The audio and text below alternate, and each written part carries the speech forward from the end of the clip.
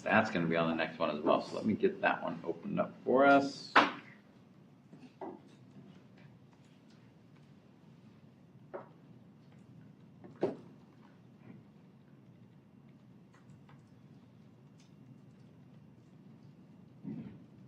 Okay. So again, the layout, the pathway through is going to be similar. Big picture, talking about the different organs, looking at pathways through it.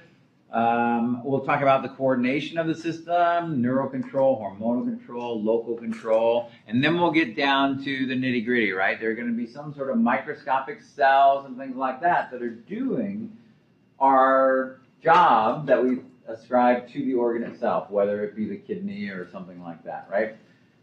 So, random urinary facts.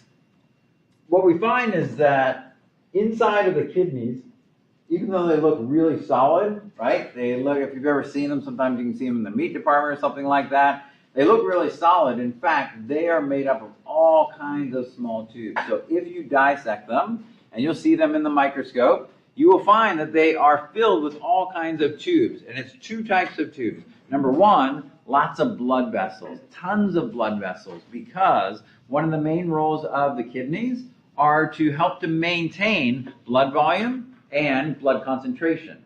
So when we were talking about blood pressure way back when in cardiovascular system, we said there's kind of like short and long-term controls for blood pressure. So we can change the heart rate. We can constrict and dilate the blood vessels and things like that. Or we can change the blood volume. But changing the blood volume takes a bit longer. And we said that the role of the kidneys is to control that blood volume. So if you're taking in a lot of fluids, that is going to absorb across the small intestine, like we just saw, and the large intestine. It's going to go into the bloodstream. Now our blood volume just increased. More fluid in the blood vessels increases pressure. If it gets too much, we got to get rid of it. So if you're drinking a lot of fluids and you're increasing your blood pressure, some of those homeostatic mechanisms will say, oh, we need to get rid of some of that excess fluid, so we pee more in order to maintain homeostasis. Flip side of the coin, you're not drinking enough. Oh, blood pressure is going to drop, right? So what do? We got to conserve things. We're going to constrict the blood vessels. That's going to maintain blood pressure. And in the kidneys, we're going to conserve our fluids to maintain our blood volume and our blood pressure. So if you're not drinking enough, you're not going to be peeing as much because we're trying to conserve that, right? So it's all homeostasis there. So in addition to blood vessels, we have tubules. Because what's going to happen here is when we talk about the kidneys, everybody thinks about the kidneys and they're like, oh, what do the kidneys do? They filter the blood. They filter water, like we're talking about, but they filter out whatever, like toxins and, metabolic waste products. It's a filter. That's what everybody thinks about. And that's one of three key processes that the kidneys are going to do, for sure. And when we separate, like a filter, if you think about a coffee pot or something like that, right? You have a filter in there as well. And what happens is you pour fluid through it, and big things stay in the filter, like the coffee grounds. Small things pass through the filter and collect in the coffee pot down below, right? That is how the kidney is also filtering. We're going to filter the blood. That's going to be our main fluid that we're filtering. We want big things to stay in the blood. What are some of the biggest things that we have in the blood that we can actually see in the microscope? So proteins are pretty big. Even bigger than large molecules are going to be cells. When we looked at the blood slide, what could we see? Red blood cells, white blood cells, platelets, right? Those are some of the biggest things. We want those to stay in the blood. So those are like the coffee grounds. The filter catches those, keeps them in the blood, right? If you start seeing blood cells in your urine, that's time to go to the doctor. Because there is kidney damage there instead, and things are busting through the filter, like getting coffee grounds down the coffee shouldn't be there, okay? But large molecules as well, a lot of these nutrients that we are digesting, they're on the border of being big enough to stay in, but some of them are small enough that they actually drop through the filter. So we do get things dropping through the filter that we actually need to get back. And so there's a second process in the kidney that's called reabsorption. The first time we absorbed things was in the digestive system, like we just talked about. We absorbed water, we absorbed nutrients, we absorb electrolytes, all these very valuable things that the cells of the body need. But a lot of those are super small because we had to make them super small to get them across the body wall. And so as they're circulating through the blood goes everywhere. including the kidney. And so the kidney does its job and it filters small things out. And so they end up potentially being lost. So when we filter things out of the blood, it goes from the blood vessels into a separate set of tubules. So when we see renal tubules there, number one, renal means kidney. So anywhere we see renal, that's referring to kidney. Okay? So we saw gastro and stomach before and things like that, and cardio and heart. So renal is going to refer to kidney. And so we have this separate set of tubules that's going to collect this filtrate like the coffee pot, but it's also going to allow it to pass through all these little tubes like the small intestine, and it's going to allow us to reabsorb things that dropped out, right? Water that might be valuable that we need to get back, we can reabsorb it in these tubules. Nutrients that dropped out through the filter, oh, we spent all this time breaking those down, now we're going to pee them out? That's a bad thing. We need to reabsorb those in the renal tubules. Electrolytes, things like that. So the filtration as the first process of urine formation, right? Filtration, and this is also often called glomerular filtration, and we'll discuss that soon enough as to what a glomerulus is. That's the first step in the process in creating urine. But then we also have reabsorption, where we're getting back those things that were filtered out, but we want to maintain. So we first absorb them in the blood vessels of the intestine, nutrients, electrolytes, water. Now they've been pulled out and we have to get them back again, reabsorb them. And we're going to put them back in the bloodstream where we want them to be, keep them in the body. So reabsorption is our second key process of the kidneys in making urine. The last one is secretion. So reabsorption is going to go from the tubule where it was pulled out, and it's going to go back to the capillaries, back into the blood, right? So that's how we're reabsorbing it. We're putting it back into the blood. Secretion is actually the opposite. It is from the capillaries, from the blood, and we're pushing it into the tubules. So secretion is a little bit, right, when we think about active transport, where we have to, actually physically push it, like it's not going across on its own. We got to expend energy to push it across. That's what secretion is.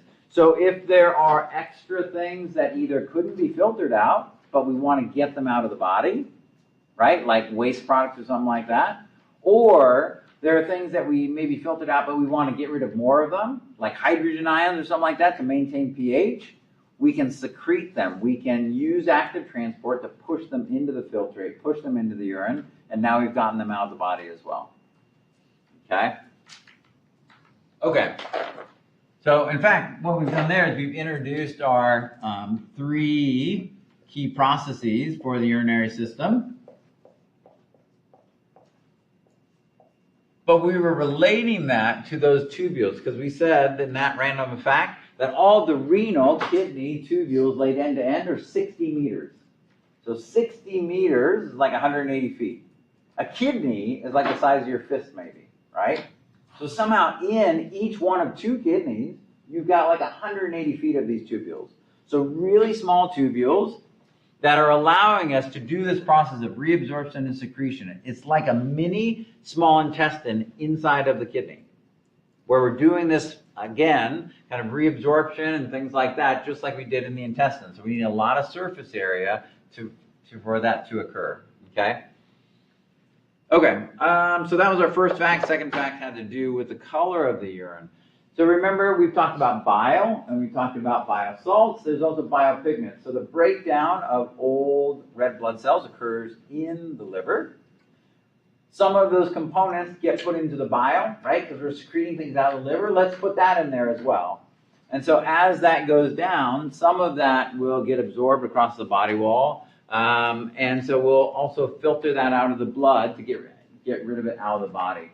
So the kind of greenish color of the bile and the yellowish color of the urine comes from some of those biopigments originating in the liver, from the breakdown products of our worn out red blood cells. Okay. So let's take a look at this overall big function of the urinary system, and most notably of the kidney. Because in fact, when we talk about the organs of the urinary system, it's not going to be a long list. Organs, I'm not sure what's going on there.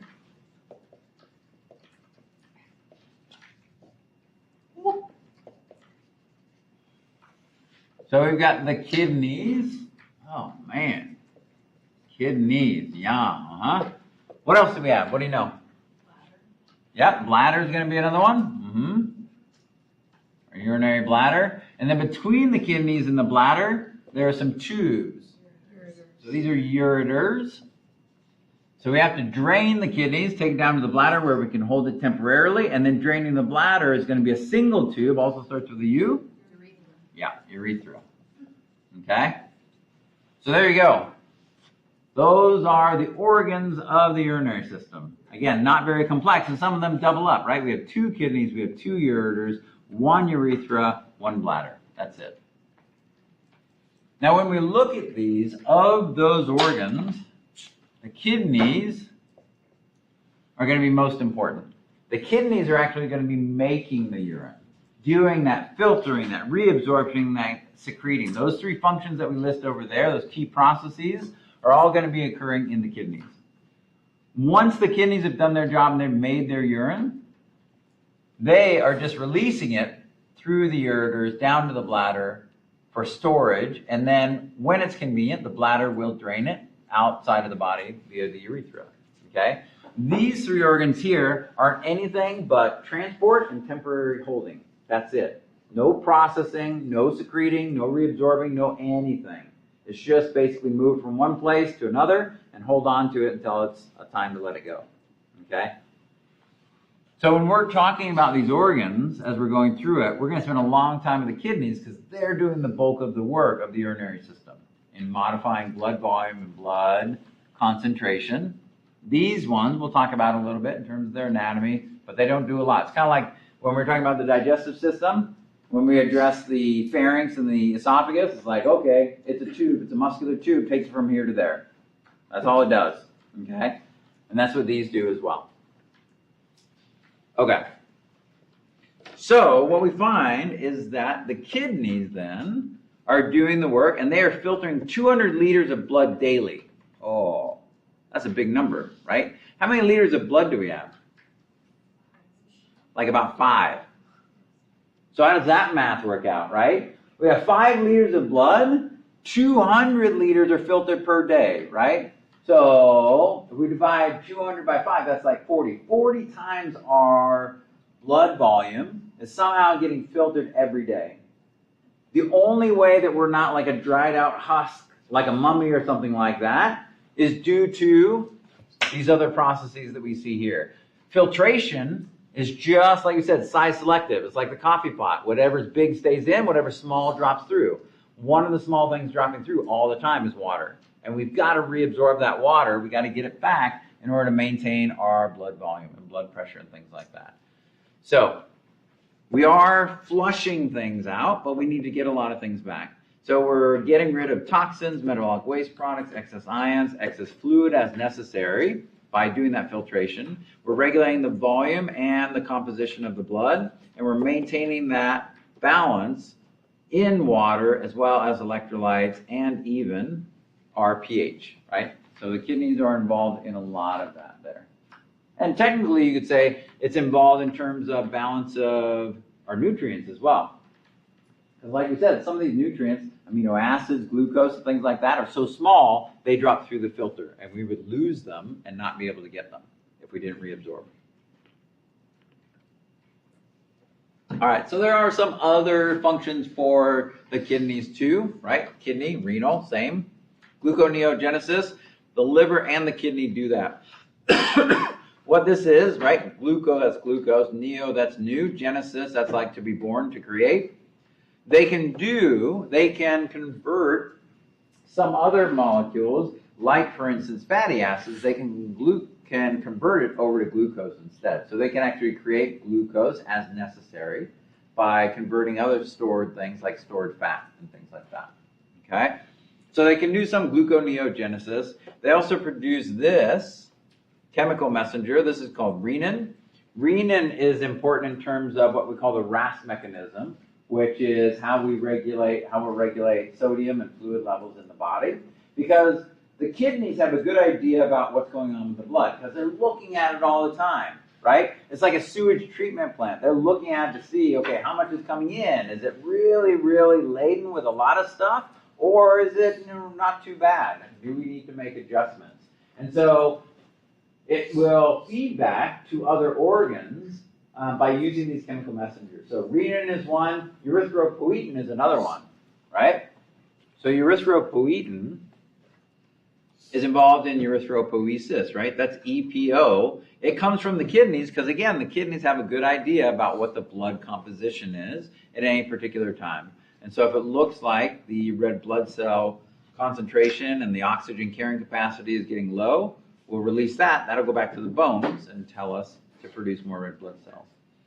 Also, we have activation of vitamin D. So vitamin D, we talk about it coming from the skin, etc., but it has to be chemically activated. That happens also in the kidneys. Okay. So these are our other organs, as we already mentioned, our urinary bladder. I don't know why they say urinary bladder. Technically, it's only fish that have two different types of bladders, right? They have a urinary bladder for fluid. They have an air bladder for regulating buoyancy. So that's another bag that they have that they can put air into that makes them more buoyant or take it out of it. But we don't have that. So in any case, bladder, urinary bladder, same. Maybe they're trying to separate it from gallbladder. I don't know, right? Anyway, ureters, two ureters, one urethra that is transporting the urine from the bladder outside. This is what it looks like. Our two kidneys. These kidneys are on the posterior body wall. They are, again, like some of our abdominal organs, retroperitoneal, in back of that peritoneal membrane that's lining the abdominal pelvic cavity. So they're far back there. They sit along the posterior wall, inferior to the diaphragm. They have adrenal or suprarenal glands sitting on top of them. We'll talk about these with endocrine system that release a lot of hormones. There are the ureters coming down to drain them, down to the bladder, and then the urethra that works to the outside like that. So a very simple system located in the abdominal pelvic cavity. You can see how the kidneys are partially protected by our floating ribs, right? You can also see how the right one ends up being a little bit lower than the left one, not exactly symmetrical. That's because on the right side, we have that big, huge liver there, and it's so big, it kind of displaces one of the kidneys like that. Only partially protected by the ribs. That's why you can get kidney damage from blows from the backside there. They can be damaged. There is a kind of a fat pad or kind of capsule as well that surrounds our kidneys too. But you can see how far back they are, right? There's the body of a lumbar vertebrae on the same level as the kidneys themselves. So they're pretty far back there. When we're talking about the position of them, it is possible that if you lose a lot of that surrounding fatty tissue, which forms the capsule, they can drop out of position. That's called renal ptosis. And so if you lose a lot of weight, your kidneys may drop a little bit further down, interestingly enough. Like people that are doing triathlons and things like that, they're really, really lean, their kidneys can shift because of that. Okay, so what we're going to do is just briefly look in the inside of the kidney. Because what I want to show you is that, as we mentioned, we've got lots of different tubes inside of the kidney. Two sets of tubes. Blood vessels taking blood to the kidney itself for processing, and then a bunch of tubules that are going to be right next to them, kind of like the lymphatics, right next to our blood vessels, so that we can be transporting that fluid that we filtered out away, and then also reabsorbing and secreting, right? So the tubule has to have a very close relationship to the capillary, just like we saw with the alveoli in the capillary, right? Just like we saw with the capillaries in the small intestine and with the capillaries in the lymphatics, right? They're really close to one another. Notice that one of the things you'll see here is that the blood vessels are kind of starting in this little indentation. This is the hilum or hilus of the kidney, and it's working its way towards the outside.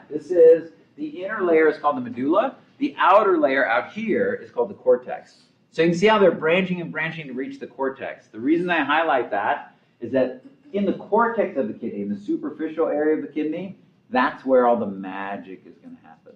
That's where the filtering is going to occur, where a lot of our reabsorption and secretion is going to occur as well. So we've got to get the blood out there to be able to be filtered and processed like we were talking about here. Okay? Okay, so that'll be our cliffhanger. We'll talk about the different blood vessels that are working our way out to the cortex like that. And then we'll zoom in and look at those little filtering units that are called nephrons coming out.